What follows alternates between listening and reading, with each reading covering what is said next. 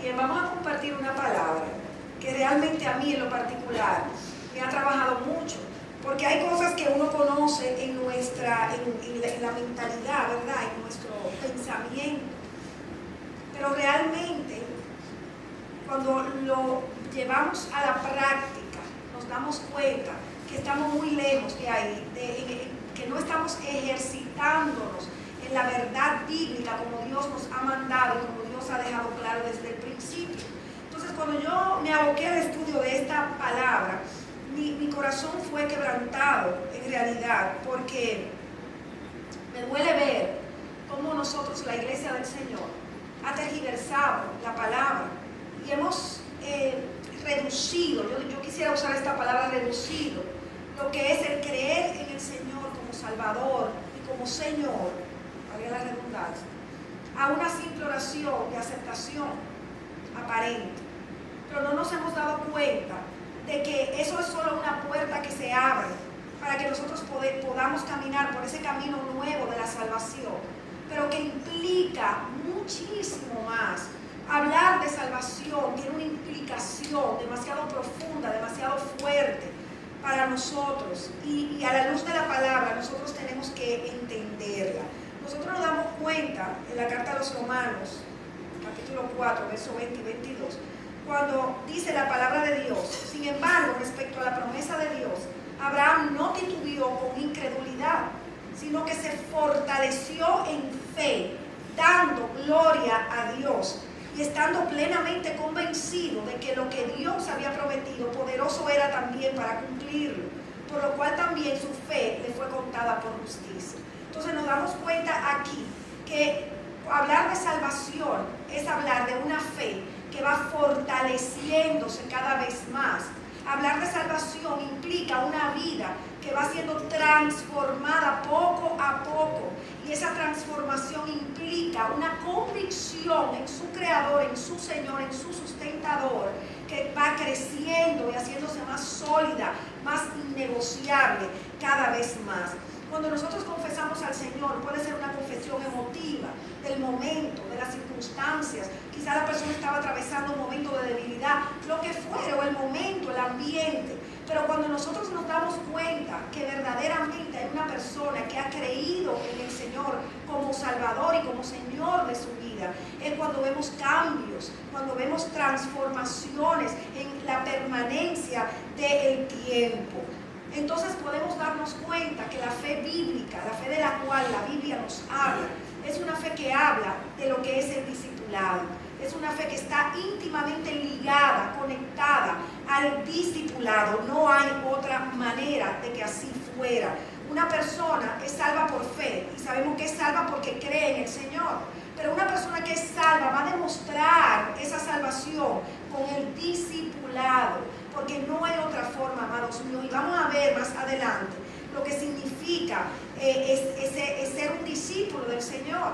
Porque cuando hablamos de ser discípulo, hablamos de una persona que es enseñada, una persona que se pone a los pies de su maestro para escuchar la palabra de verdad, una persona que tiene un corazón humilde y sensible para ser corregido, para ser amonestado, para que se le indique el camino que es correcto y pueda ser transformado en el devenir del tiempo.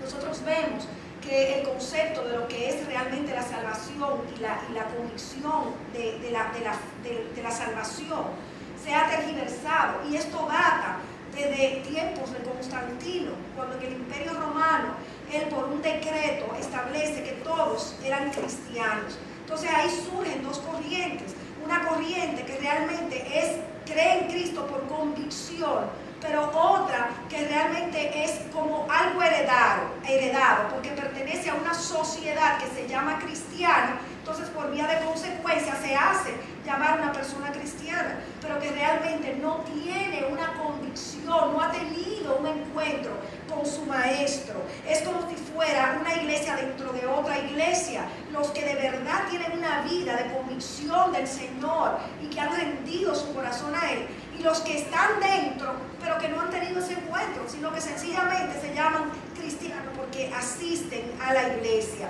no son creyentes comprometidos.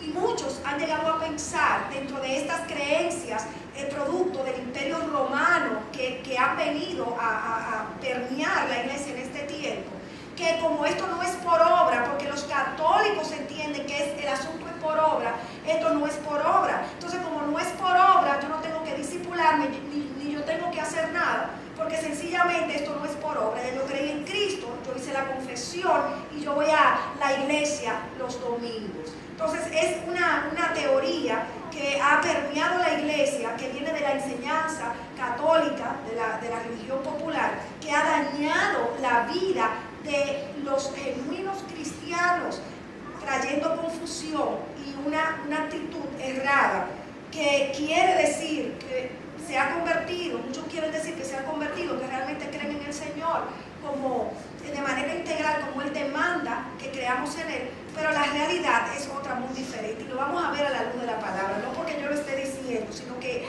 la palabra misma y de la boca del mismo Maestro nos la dice y nos confronta y nos lo enseña. Nosotros vemos cómo el Señor Jesús le dio la oportunidad a todos de que fueran sus discípulos, no solamente a los 12 que Él llamó, sino a las multitudes Él le hablaba la palabra. Nosotros vemos primero en el Evangelio de Mateo, en el capítulo 16, verso 24, que dice: entonces Jesús dijo a sus discípulos: si alguno quiere venir en pos de mí, niéguese a sí mismo y tome su cruz y sígame. Pero vemos en Lucas 14, 25 y 27, que la palabra de Dios dice: grandes multitudes le acompañaban, y Él, volviéndose, es decir, dirigiéndose hacia esa multitud, les dijo: si alguno viene a mí y no aborrece a su padre y madre, a su mujer e hijos, a sus hermanos y hermanas, y aún hasta su propia vida, no puede ser mi discípulo. El que no carga su cruz y viene en pos de mí, no puede ser mi discípulo. Y vamos a ver eso más adelante. Solamente se lo estoy planteando en este momento como una forma de que veamos de que es una mentira el hecho de que nosotros podamos pensar, bueno, lo que son llamados de manera especial son los que tienen que tener esa entrega, pero nosotros no tenemos que tener esa entrega porque no tenemos ese llamado. Y eso es una mentira y un engaño que también ha permeado la iglesia de este tiempo. Todos tenemos la misma oportunidad. Dios se pone delante nuestro a través de su Hijo y nos presenta cuál es el evangelio real, cuál es la demanda que Él tiene para nosotros, para poder realmente decir que somos hombres y mujeres salvos, que hemos sido trasladados de muerte a vida, porque esto se trata del todo o nada. Dile al que está a tu lado: o es el todo o es nada. Fíjense otro ejemplo. Vemos en el Evangelio de Mateo, en el capítulo 11, verso 23, que Él dijo: tú que eres levantada, refiriéndose a la ciudad de Capernaum, porque en ese momento, que eran los momentos iniciales, lo que le seguían eran de Capernaum en su mayoría. Entonces Él se dirige a ellos, el Mesías, y les dice: tú que eres levantada hasta el cielo, hasta el Hades serás abatida, porque si en Sodoma se hubiera hecho los milagros que han sido hechos en ti, habría permanecido hasta el día de hoy. Y eso se refería a una ciudad, a la ciudad de Capernaum. Entonces nos damos cuenta que definitivamente es: o te entregas o te vuelves atrás, pero aquí no hay punto medio. Es la totalidad de nuestras vidas la que tiene que ser entregada a nuestro Señor. Y muchas veces se queda en nosotros el intelecto, una fe que es intelectual, que es racional, pero realmente no es una fe que lleva un fruto, que lleva una vida de amor y por consecuencia de obediencia a lo que es la palabra de Dios, porque nosotros vemos que con claridad el mismo Señor dice: si guardáis mis mandamientos, permaneceréis en mi amor, así como yo he guardado los mandamientos de mi Padre y permanezco en su amor. Nos damos cuenta de un ejemplo bien práctico de esto, del amor, la obediencia. Y fue en el caso de Abraham, cuando el Señor le demanda a Abraham la entrega de su hijo. Si nosotros pensáramos, ¿fue un acto de fe o fue un acto de amor? ¿Qué diríamos? Piensen un segundo. ¿Fue fe o fue amor?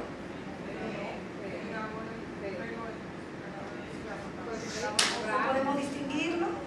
Porque fue una fe, pero una fe por amor. Porque si Abraham no amara al Señor como lo amaba, él no hubiese entregado a su hijo. Imagínense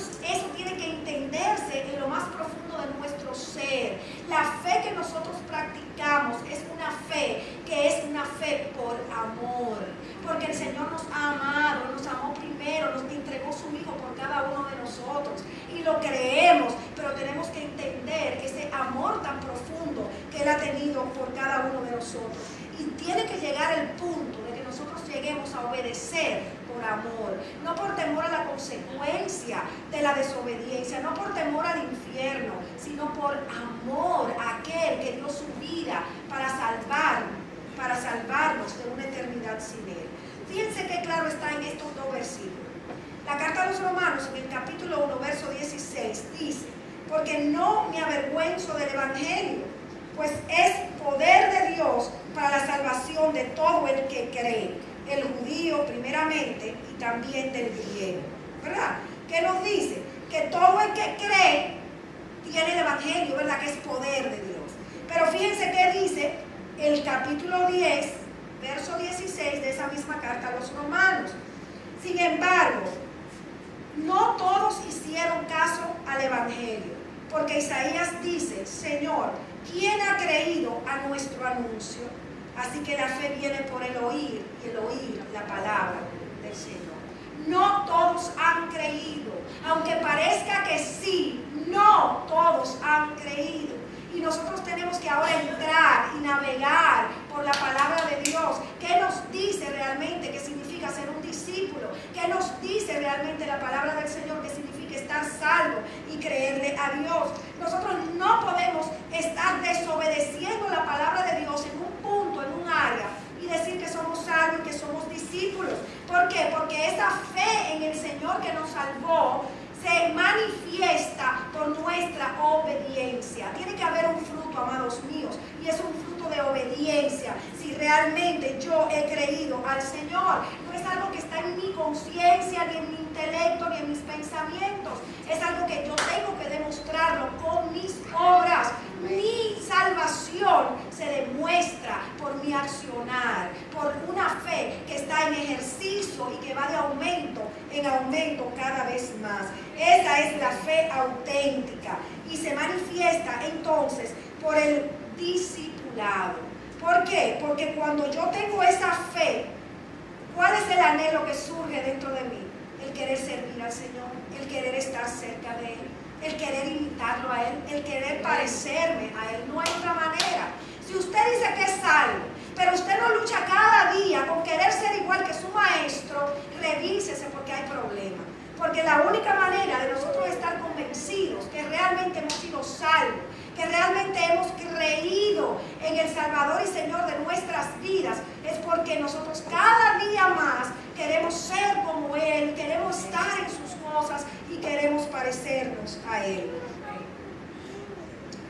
La carta a los Romanos, en el capítulo 8, verso 29, dice: porque a los que de antemano conoció, también los predestinó a ser hechos conforme a la imagen de su Hijo, para que Él sea el primogénito entre muchos hermanos. Fíjense esto.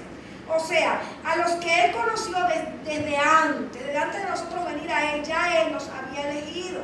Y dice que ¿para qué? No, para que fuéramos hechos conforme a la imagen de su Hijo. No hay otra forma, amados míos. Hemos sido llamados, pero ese llamado implica que nos vamos a transformar en esa imagen de aquel que dio su vida por cada uno de nosotros. Segunda carta a los Corintios, en el capítulo 3, verso 18, dice: pero nosotros todos, con el rostro descubierto, contemplando como en un espejo la gloria del Señor, estamos siendo transformados en la misma imagen, de gloria en gloria, por el Señor, el Espíritu. Dile al que está a tu lado: tienes que irte transformando. Esta tiene que ser nuestra verdad. Y para ser transformados, inevitablemente, nosotros tenemos que ser discípulos. Si nosotros no nos convertimos en discípulos, no hay manera de ser transformados. Porque ¿qué nos transforma? ¿Qué nos transforma? La palabra. La palabra de Dios es la que va a transformarnos. Es un espejo que tenemos delante, donde vemos la condición de nuestro corazón. Entonces vamos dejando las cosas que van en contra de la palabra y asumiendo aquellas cosas que están establecidas en ella. Nosotros realmente hemos sido pasados de muerte a vida, no solamente para ser librados del infierno, sino para tener una relación con nuestro Señor. Es una intimidad intimidad con Él. Fuimos sacados de la distancia que teníamos de Él. Se quitó lo que nos separaba de Dios para que nosotros pudiésemos estar cerca de Él. Ese es el propósito principal de la salvación. Entonces, cuando nosotros realmente nos volvemos discípulos, estamos diciendo, realmente yo me arrepentí. Porque si tú te arrepientes, pero no empiezas a seguir al Señor y empiezas a caminar con Él, entonces no puedes hablar de arrepentimiento, sino es un dolor por lo malo que tú has hecho. Te duele, te diste cuenta que lo hiciste mal, pero realmente no ha habido un genuino arrepentimiento. El arrepentimiento implica discipulado. Lucas 3:8 dice, por tanto, dad frutos dignos de arrepentimiento.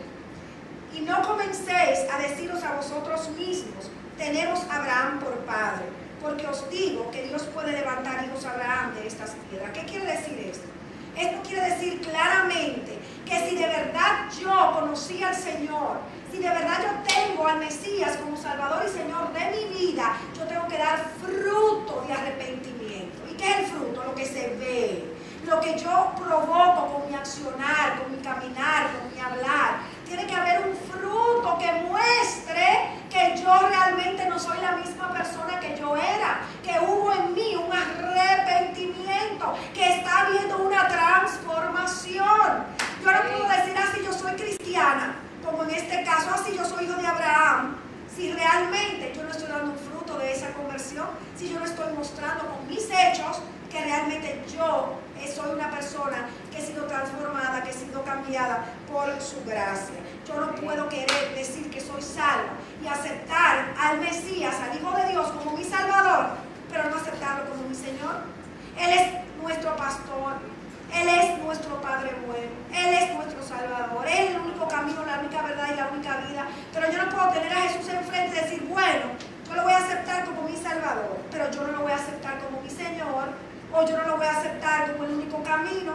Es imposible. Nosotros tenemos que aceptar a Yeshua completo, en su naturaleza completa. Y esto implica el discipulado. Porque si yo tengo que hacer de Él mi Señor, o sea, mi dueño, mi jefe, mi única autoridad, eso demanda de mí la más absoluta de las obediencias. Y para yo aprender a obedecer al Maestro, yo tengo que convertirme en su discípulo. Amén. No hay otra manera, no hay otra forma de que esto sea logrado. La palabra de Dios en el Evangelio de Marcos, capítulo 3, verso 14, la palabra de Dios dice, y subió al monte, refiriéndose a Yeshua, llamó a los que Él quiso, y ellos vinieron a Él, y designó a 12 para que estuvieran con Él, para enviarlos a predicar, para que tuvieran autoridad de expulsar demonios. Aquí está claro para qué el discipulado, para qué el Señor aparta personas para Él, como te ha apartado a ti, como me ha apartado a mí. Eso, o sea, es impactante cómo está claramente definido. Lo primero es que es para que estuvieran con Él. Entonces, si tú no estás con Él, tú no estás siendo su discípulo, porque fuiste salvado, fuiste apartado para estar con Él. Estando con Él, salir a predicar su palabra, a hablar el evangelio de salvación a otros. También para que recibieras autoridad para sanar a los que están enfermos y para libertar a los que están presos de los demonios. Esto es ser un discípulo del Señor. Esta es la esencia a la cual Dios nos ha llamado. Y cuando nosotros nos levantamos con esta mentalidad, con esa convicción, nos damos cuenta que nuestro llamado es de establecer el reino de los cielos en esta tierra. Pero para poder establecer su reino, yo tengo que ser un discípulo. O sea, yo tengo que estar a los pies del Señor en una relación de intimidad total con Él. Y tengo que saber que mi misión primera es predicar su palabra y compartir con otros lo que Él me ha enseñado a mí. Y que tengo la autoridad y el poder delegado por Él para que los enfermos sean sanados y los endemoniados sean libertados. La palabra discípulo en su original significa talmid y en plural talmidim, que significa aquel que se adhiere, que imita, que defiende, ya sea una persona o una doctrina específica. Hay otra acepción, la tengo más adelante, que dice que es aquel que se entrega por amor. Eso es ser un discípulo. La Biblia registra, por ejemplo, una porción en Mateo 27:57, cuando dice: y al atardecer vino un hombre rico de Arimatea, llamado José, que también se había convertido en discípulo de Yeshua. Nos damos cuenta como no importa si tú eres rico, tu clase social, si eres pobre, si eres humilde, no importa tu estatus, tu estado, no importa. Es un corazón que decida adherirse al corazón del Mesías, aquel que entienda que Él te salvó, que Él murió por ti, que tú fuiste llamado para seguirlo a Él, para estar cerca de Él. Vemos también en Mateo 13:52 cómo es seguir una doctrina, hablando del reino de los cielos. Dice: ¿habéis entendido todas estas cosas? Ellos le dijeron: sí. Y Él les dijo: por eso todo escriba que se ha convertido en un discípulo del reino de los cielos es semejante al dueño de casa que saca de su tesoro cosas nuevas y cosas viejas. ¿Qué quiere decir esto? Que un discípulo es aquel que empieza a encontrar verdades en el Nuevo Testamento y verdades en el Viejo Testamento, y empieza a atesorarlas y empieza a conocerlas. Es decir, que un discípulo es aquel que empieza a recibir la palabra de Dios, a defender lo que dice la palabra de Dios y a tenerlo como su verdad. Vemos también, por cuestiones de tiempo no lo voy a leer todo, en Isaías 50, cuando el Señor dice que Él le da lengua de oído de discípulo para escuchar como escuchan los discípulos. Es decir, que los discípulos tenemos que tener oídos para poder escuchar la palabra de Dios. Dice también que Él ata el testimonio y sella la ley en aquellos que son sus discípulos. Realmente había personas que parecía que eran discípulos, pero realmente no lo eran. Y lo vemos registrado en el Evangelio de Juan, en el capítulo 6, verso 60. Dice: por eso muchos de sus discípulos, cuando oyeron esto, dijeron: dura es esta declaración, ¿quién puede escucharla? Pero Yeshua, sabiendo en su interior que sus discípulos murmuraban por esto, les dijo: ¿esto os escandaliza? Pues que si vieras al Hijo del Hombre ascender a donde antes estaba. El Espíritu es el que da vida, la carne para nada aprovecha. Las palabras que yo os he hablado son espíritu y son vida. Pero hay algunos de vosotros que no creéis. Porque Jesús sabía desde el principio quiénes eran los que no creían y quién era el que le iba a traicionar. Y decía: por eso os he dicho que nadie puede venir a mí si no se lo ha concedido el Padre. Entonces vemos también en el verso 69 que dice: nosotros hemos creído y conocido que tú eres el Santo de Dios. Nos damos cuenta aquí cómo hay algunos que estaban pero no creían, y otros que estaban y que sí creían y que sí querían pagar el precio. Igual en este tiempo muchos estamos en la casa de Dios, muchos estamos quizás buscando del Señor, pero no todos están dispuestos a pagar el precio del discipulado. No todos quieren realmente entregar su vida por entero a nuestro Señor. La carta a los Efesios, en el capítulo 4, dice: pero vosotros no habéis aprendido al Mesías de esta manera.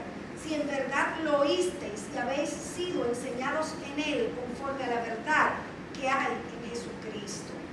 Vemos en 1 de Pedro 2:21 que dice: porque para este propósito habéis sido llamados, pues también Cristo sufrió por vosotros, dejándonos ejemplo para que sigáis sus pisadas.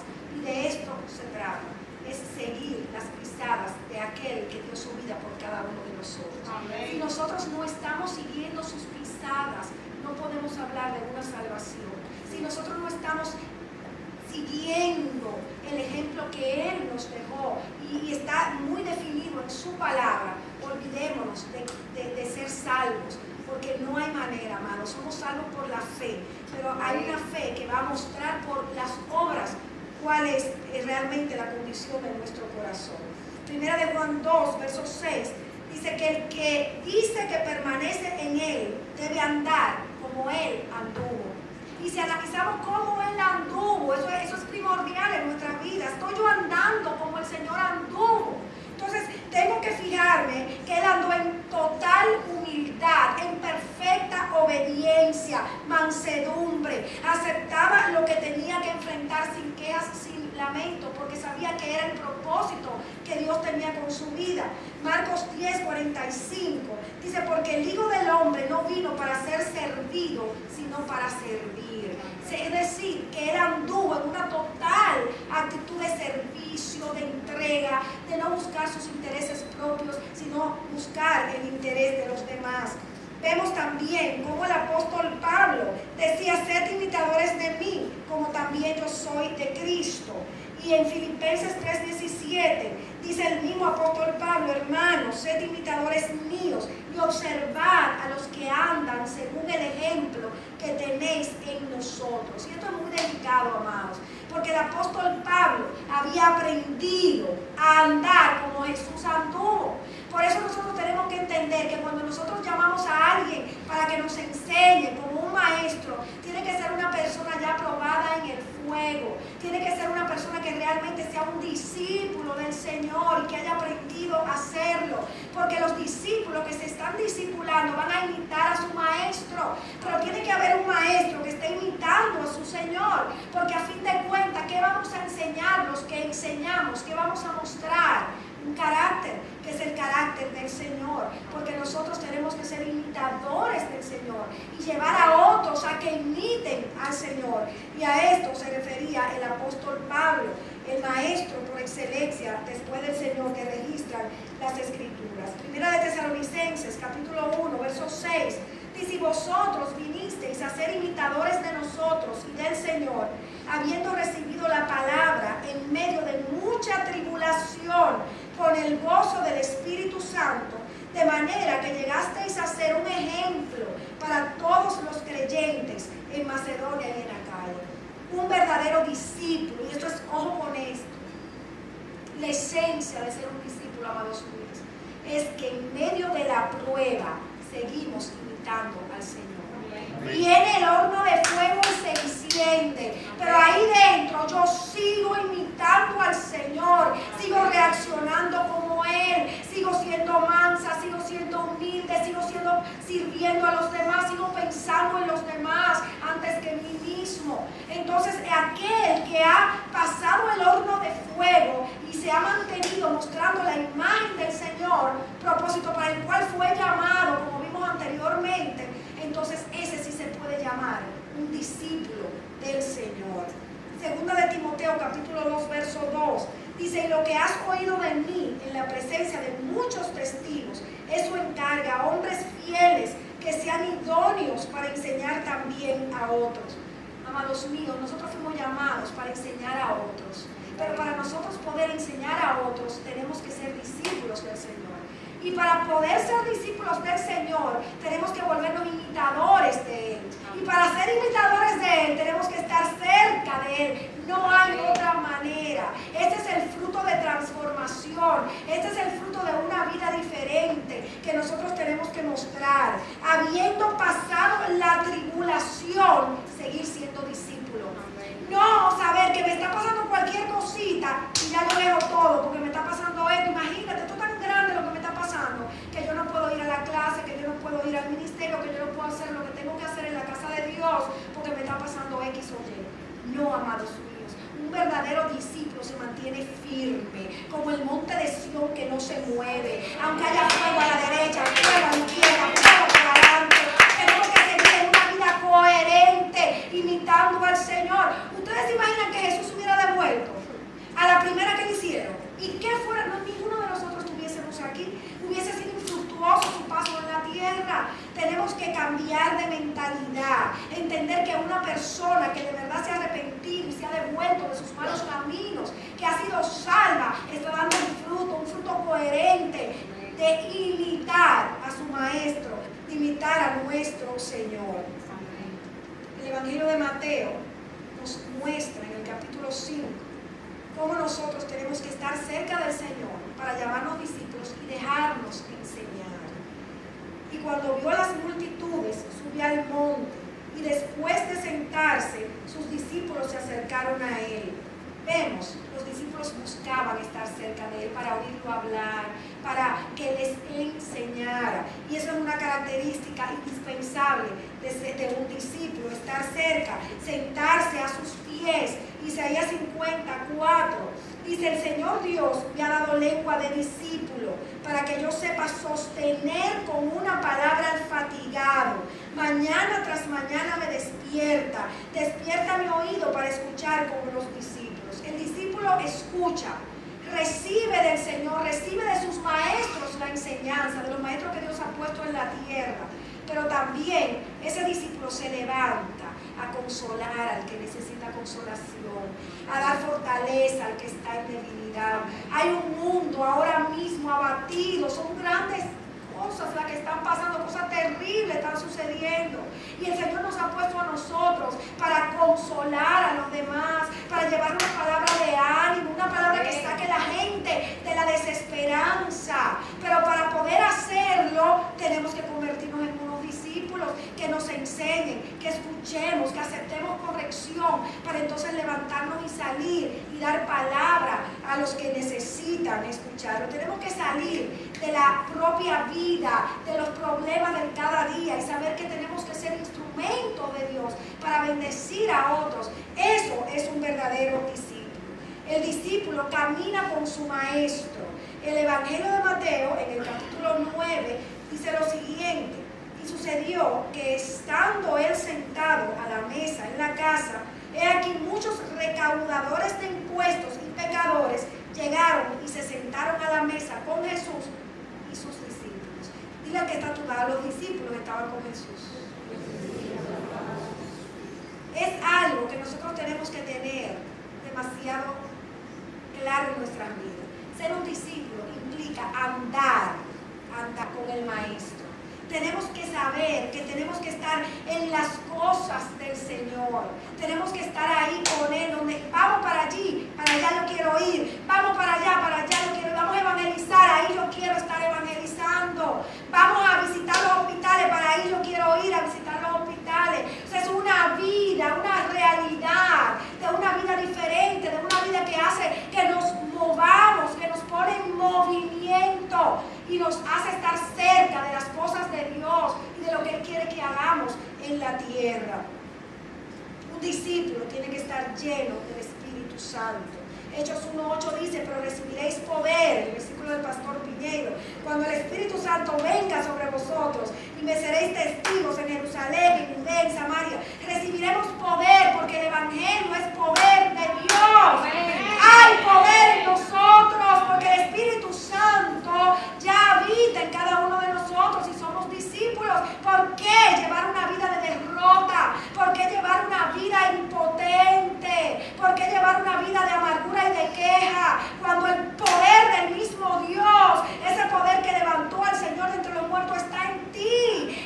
Tienes que hacerte consciente de que el Evangelio no solo es palabra, también es poder de Dios. Y donde tú estés, tú tienes que saber que estás ahí para sanar si hay enfermos. Donde tú estés, tienes que saber que el reino de los cielos ha llegado, y todo el que esté en amargura tiene que salir en gozo, porque en ti está el poder para activar el gozo, para activar la sanidad, para liberar y para sanar.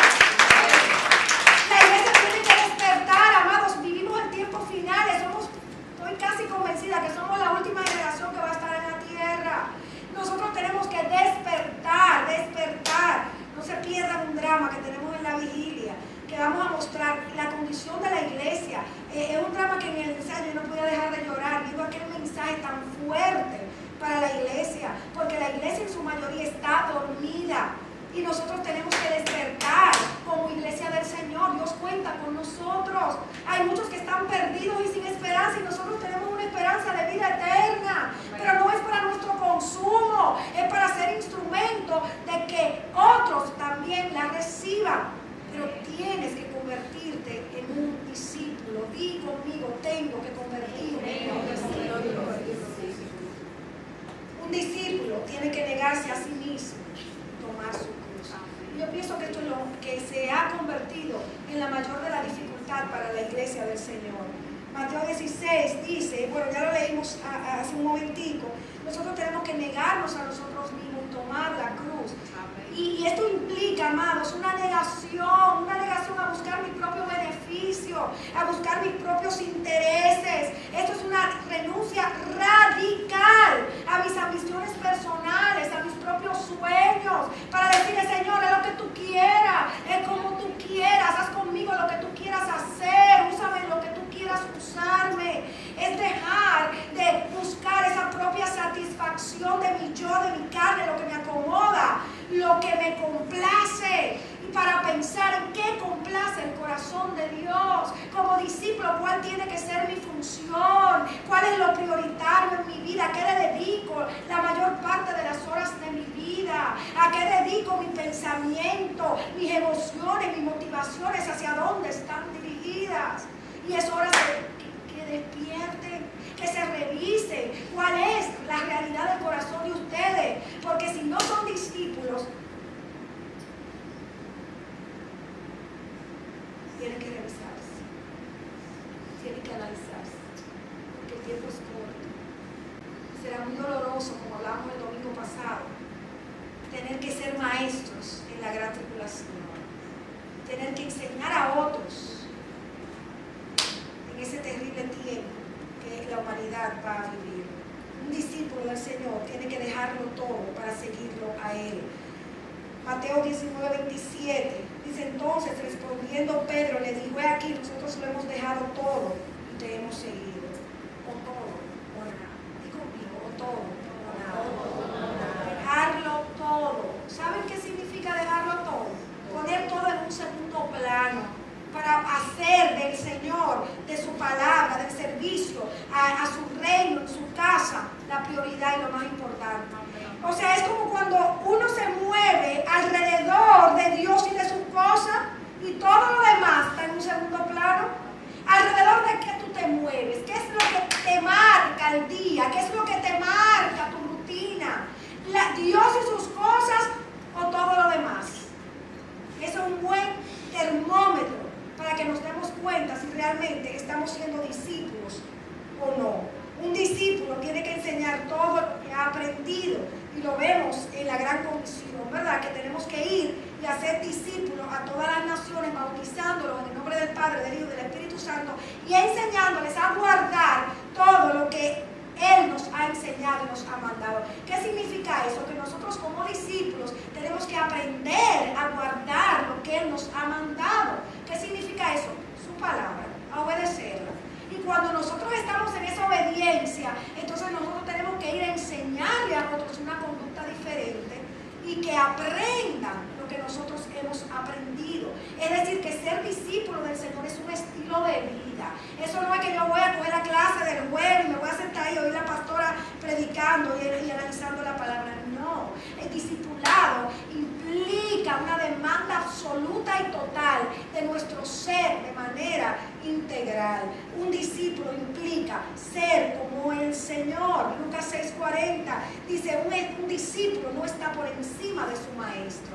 Y esto significa, amados míos, de que si el Señor padeció, si el Señor sufrió, si el Señor fue rechazado, vituperado y siguió siendo coherente con la palabra, obedeciendo a su Padre en la más absoluta humildad, mansedumbre, sirviendo, entregándose, nosotros no podemos ser mayores que Él. Así no, yo no voy a sufrir lo que sufrió. Yo humillarme así, no, pero ni pensarlo. Yo, que venga y me sirve a mí. Yo buscar el vaso de agua con lo cansada que yo estoy. Que me lo busque Él o que se lo haga Él mismo. No, amados míos. Si somos genuinamente discípulos del Señor, no somos mayores que nuestro Maestro. Si Él lo hizo, nosotros por debajo también tenemos que hacerlo. Porque Él es nuestro ejemplo, Él es nuestro estandarte, Él es nuestra bandera. A Él imitamos, como Él tenemos que ser. Y para eso fuimos llamados y seleccionados desde antes de la fundación del mundo, para imitarlo a Él, para caminar con Él y poder ser como Él, viendo de cerca su ejemplo. Juan 13:13-15 dice, vosotros me llamáis Maestro y Señor, y tenéis razón, porque lo soy. Pues si yo, el Señor y Maestro, os lavé los pies, vosotros también debéis lavaros los pies unos a otros, porque os he dado ejemplo, para que como yo os he hecho, vosotros también hagáis.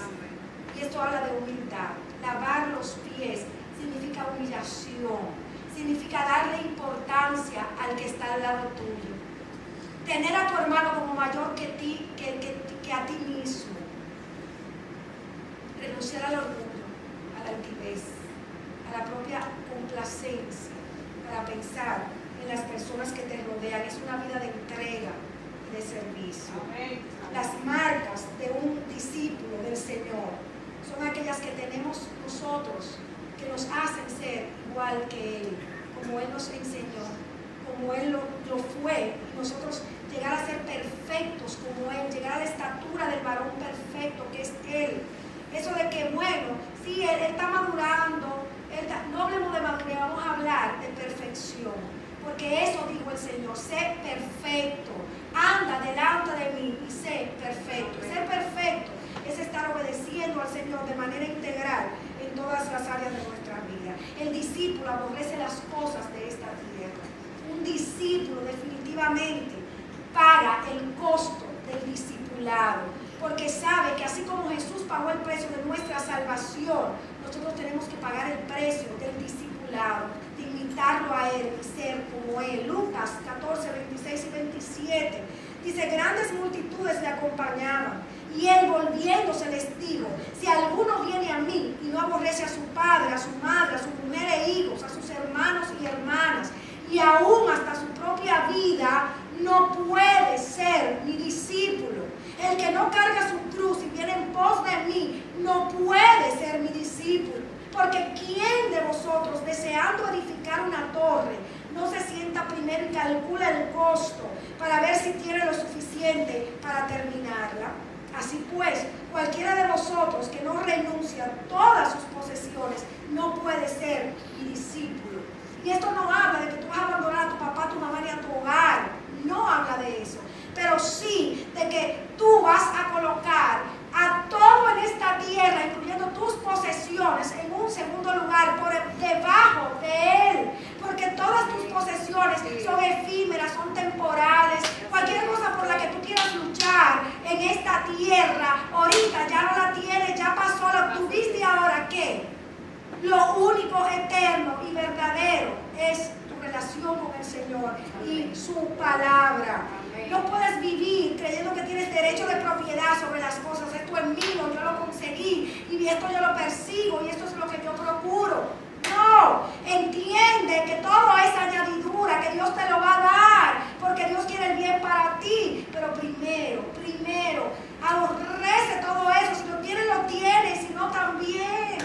Tienes que poner en primer lugar de tu vida a tu Señor, a tu relación con Él, el querer conocerle, estudiar su palabra y convertirte en un discípulo por amor, adherirte a Él, pegarte a Él, porque lo amas. Y el que lo ama tiene que permanecer en su palabra. Dice Juan 8:31 que si permanecemos en su palabra, somos verdaderamente sus discípulos. Y permanecer en su palabra significa que no importa la tempestad que va a venir, no importa el viento contrario que te azota, que va a venir, tú te mantienes firme en su palabra, no dudas en fe, no le dejas de creer al Señor, sino que a pesar del tiempo malo, del dolor, del sufrimiento, tú te mantienes simplemente creyéndole a Él. Esto implica una acción, tú no te mueves, nada te mueve, tú sigues siendo discípulo, tú sigues caminando cerca de Él, tú sigues imitando al Señor y obedeciéndolo de manera integral. Eso es permanecer en su palabra. Entonces el que hace eso permanece en su palabra, y el que permanece en su palabra es su discípulo. Amados míos, se trata de perseverar, se trata de ser pacientes hasta que podamos ver llegar a nuestras vidas lo que soñamos, lo que estamos anhelando. Pero hay que perseverar. Y como yo voy a perseverar.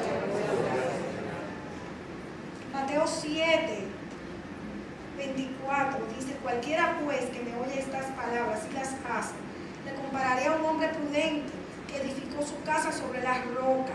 Descendió lluvia, vinieron ríos, soplaron vientos, golpearon contra aquella casa y no cayó porque estaba fundada sobre la roca.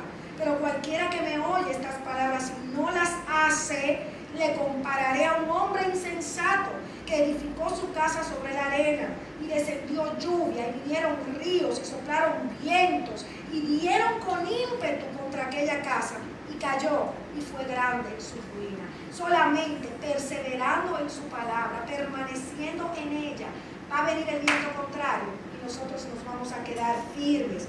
¿Por qué? Porque nos habremos convertido en un discípulo. Hemos decidido ser sus discípulos. Es resistir, es quedarse de pie, es resistir al diablo sabiendo que él va a huir. Pero solo los discípulos podemos resistir al diablo y verlo o huir, porque solamente permaneciendo en el Señor, siendo como Él, nosotros podemos convertirnos en esa casa que fue fundada sobre la roca. No hay otra forma. La palabra del Señor siempre va a cumplirse, no importa las circunstancias. Y eso es lo que nosotros tenemos que ser claros. Tenemos que saber también que como discípulos seremos aborrecidos. ¿Por qué? Porque estamos confrontando con palabras, con un evangelio de salvación, con una conducta totalmente diferente, que la gente se va a resistir a nosotros. Si eso no está sucediendo, también tenemos que revisarnos, porque tenemos que saber que vamos a confrontar a otros cuando nosotros estamos genuinamente siendo discípulos del Señor. ¿Por qué? Porque el mundo entero está bajo el maligno y nosotros ya no estamos bajo el maligno. Entonces tiene que haber una confrontación necesariamente, no puede haber acuerdo, tiene que haber enfrentamientos. Entonces el que es discípulo sabe que va a ser aborrecido. Juan 15, 18 dice: si el mundo os aborrece, sabed que a mí me ha aborrecido antes que a ustedes.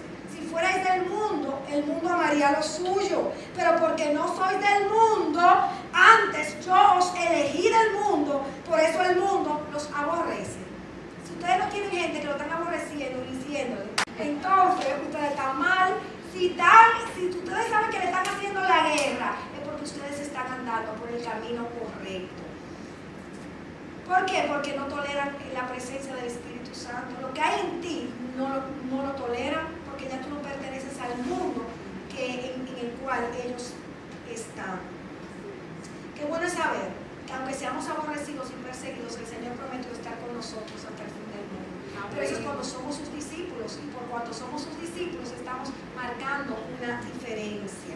También el que es discípulo tiene que perder su propia vida, es decir, sus deleites, sus pasiones, el amor ilimitado por el trabajo que lo lleva a ser adicto al trabajo, los entretenimientos de este mundo, el orgullo, la vanidad, la autocomplacencia, todo lo que es carnal, de la naturaleza carnal. Todo eso nosotros tenemos que perderlo, porque la palabra de Dios dice que el que ama su vida la pierde. Antes amábamos esas cosas, pero ya no, ya eso lo damos por basura. Hemos perdido esa vida de deleite y autocomplacencia. Dice: y el que aborrece su vida en este mundo, la conservará para vida eterna. Si alguno me sirve, que me siga.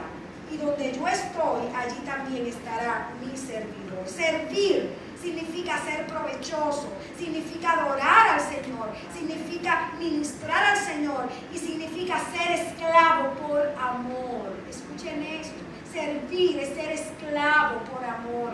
Nos hacemos esclavos del Señor. Lo que tú digas, a la hora que tú digas, lo que tú quieras, como tú quieras. Eso es ser un discípulo. Seguir es estar comprometidos con Él en el modo de sufrir, en el modo de afectarse, estar pegado totalmente unido a Él y vivir lo que Él vivió. Sencillamente no tener una propia vida, como dijo el apóstol Pablo: ya no vivo yo, no es. Amén. Eso es seguir al Señor. También implica el discipulado, amarnos unos a otros. En esto conocerán que somos sus discípulos, por el amor que nosotros nos tengamos. Y amarnos los unos a los otros es buscar primero el interés de mi prójimo antes que mi propio interés. ¿En qué yo voy a beneficiar? ¿Qué de mí va a salir para beneficiar a la otra persona, aunque me cueste incomodarme? salir de la comodidad o renunciar al plan que yo tenía con tal de bendecir a mi hermano. Tenemos que amar al otro como Cristo nos ha amado a nosotros. ¿Y cómo nos amó Él? ¿Se olvidó de Él? Para pensar en nosotros. Así mismo nosotros tenemos que amar, olvidarnos de nosotros mismos para pensar en los demás. El que es discípulo guarda los mandamientos. Y ahí eres claro y tajante. Si me aman, guarden mi mandamiento. No podemos decir que amamos al Señor si no estamos obedeciendo su palabra. No hay manera de que así sea. Él define el amor en la medida en que nosotros nos ordenamos a su manera. Cada área de nuestras vidas, como Él dice que tiene que ser, tiene que estar funcionando, caminando conforme a sus preceptos y conforme a sus instrucciones. Entonces, de ahí, ¿qué va a pasar? Que entonces vamos a dar fruto. Y entonces, ¿qué dice la palabra de Dios? Que en eso será glorificado su Padre, en que demos mucho fruto. Y entonces así, dando ese fruto, probaremos que somos sus discípulos. Hay una evidencia externa de que somos discípulos del Señor. Eso no es algo interno, es algo externo. Y cuando nosotros decidimos ser genuinos discípulos, indefectiblemente va a venir a nuestras vidas recompensas.